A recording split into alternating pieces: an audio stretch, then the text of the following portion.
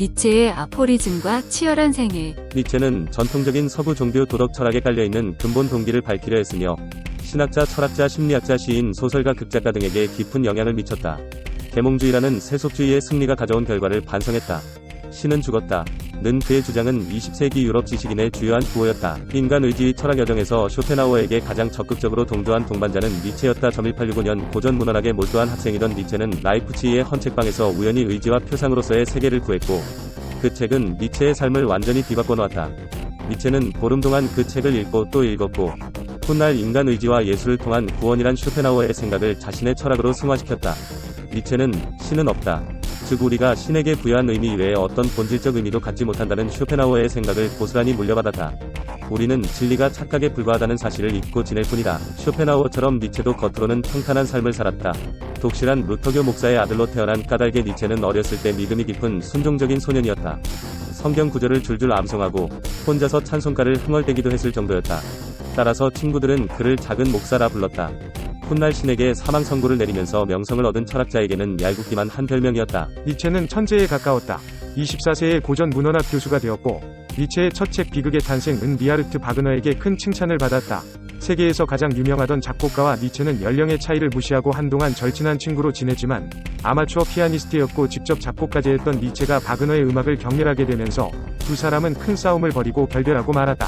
니체의 학문적 경력은 건강이 나빠지면서 단명으로 끝났다. 편두통과 이질로 고생했고 보불 전쟁에 위생병으로 참전한 1870년에는 디프테리아에 걸렸다. 또 1870년 말에는 창녀와 관계를 가져 매독에 걸렸고 매독균이 신경계통을 침범하면서 정신착란을 일으켜 훗날 그의 사망 원인이 되었다. 1879년 니체는 교수직을 사임하고 약간의 연금을 받았다. 그로부터 10년 후 광기가 발작하기 시작한 때부터 그는 건강을 회복하고 홀로 지내면서 글을 쓸 곳을 찾아 이탈리아 북부와 스위스의 알프스 지역을 돌아다녔다. 쇼펜하우어처럼 니체도 산악지대를 즐겨 걸어다녔다. 1881년 여름, 그는 스위스의 실스 마리아 마을에서 환상을 보았다.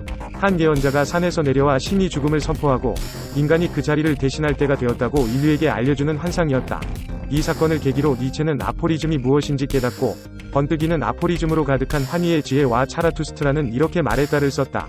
피와 아포리즘으로 글을 쓰는 사람이라면 누구도 읽혀지는 것에 그치지 않고 가슴에 새겨지기를 바란다. 산에서 지름길은 봉우리에서 봉우리까지이다. 하지만 그러려면 긴 다리를 가져야 한다. 아포리즘은 봉우리이다. 높게 우뚝 솟은 봉우리이다. 아포리즘의 완성은 정상에 오른 기분이다. 그러나 니체는 종종 두 발을 쭉 뻗어 봉우리에서 봉우리로 건너뛰려 한다. 그의 모든 책에서 특히 차라투스트라는 이렇게 말했다 해서 니체는 과장을 서슴지 않았다. 찬란한 빛이 폭발하듯이 그의 생각을 쏟아낸다. 그 때문에 그의 아포리즘은 가장자리까지 빨갛게 변하고 때로는 자줏빛 섬광까지 내뿜는다. 환희의 지혜에서 니체는 물불을 가리지 않는 홀령을 자처했다. 실제로 니체는 19세기 철학의 스턴트맨이었다. 그는 앞뒤를 가리지 않고 생각을 전개했고 생각의 끈을 방해하는 것이면 깨뜨리고 태워버렸다. 철학을 향한 열정에서 니체에 필적할 만한 사람은 없었다. 그래도 언젠가 그를 비판할 철학자를 예측이라도 한 듯이 그의 길을 따르지 않는 사람들을 처리할 비법까지 남겨두었다. 날아다니는 법을 가르칠 수 없는 사람에게는 더 빨리 떨어지는 법을 가르쳐라. 쇼펜하우어를 제외할 때 니체에게 큰 영향을 준 사상가는 17세기 프랑스의 아포리스트, 특히 샹포르, 몽테뉴, 라 로스푸코였다.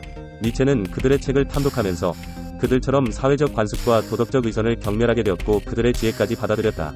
실제로 니체는 쇼펜하우어와 같은 체계적인 사상가라기보다 프랑스 아포리스트의 전통을 이어받은 모랄리스트에 가깝다. 니체는 어떤 생각을 논리적으로 전개하려 애쓰지 않았다. 그의 목표는 그의 생각에 많은 사람의 삶을 지배하는 천박한 착각과 자기 기만을 폭로해서 비난하는 데 있었다. 그의 주된 공격 목표는 기독교였다. 그의 생각에 기독교는 추종자들을 영적으로 성장시키기는커녕 그들을 도덕적으로 구속하고 숨막힐 듯한 교리를 강요함으로써 영적 성장을 방해하는 종교였다. 니체의 아포리즘은 인간의 상상력이 만물의 진정한 척도라고 주장하며 기독교처럼 시대에 뒤처진 신앙을 버리고 자유를 되찾으라고 역설한다. 선과 악은 신이 편견이다. 니체는 종교의 제약에는 조롱 섞인 웃음으로 대응하는 것이 최선이라 생각하며 환희의 지혜란 이름을 붙였다. 종교의 해방에서 얻은 니체의 환희의 세계는 경제학에서도 유사한 짝이 찾아진다. 1920년대 초 체코의 경제학자 요셉 슌페터는 창조적 파괴라는 이론을 전개했다.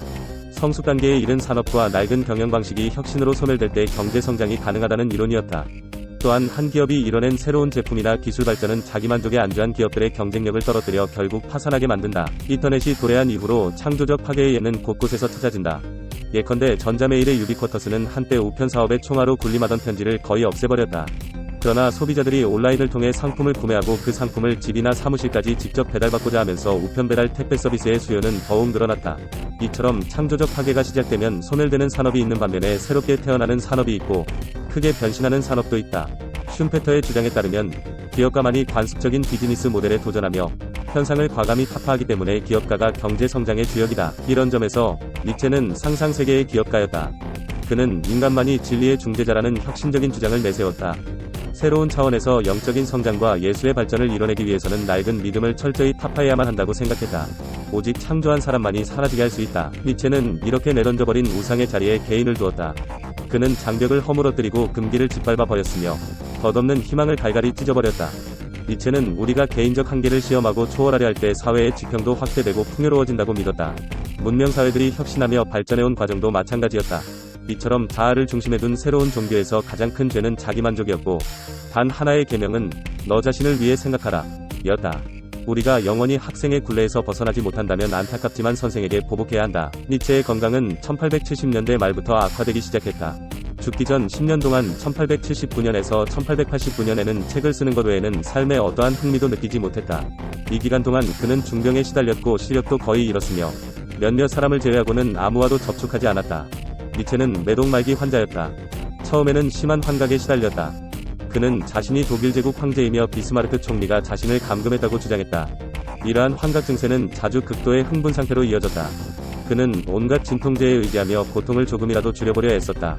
니체의 정신이 정상적이었던 마지막 해인 1888년은 생산적인 해로 바그너의 타락을 출판했고 우상의 황혼, 반 그리스도, 니체 대 바그너, 이 사람을 보라등을 썼다. 그러나 1889년 1월 토리노에서 혼절했고 독일에 있는 가족의 품으로 옮겨졌다.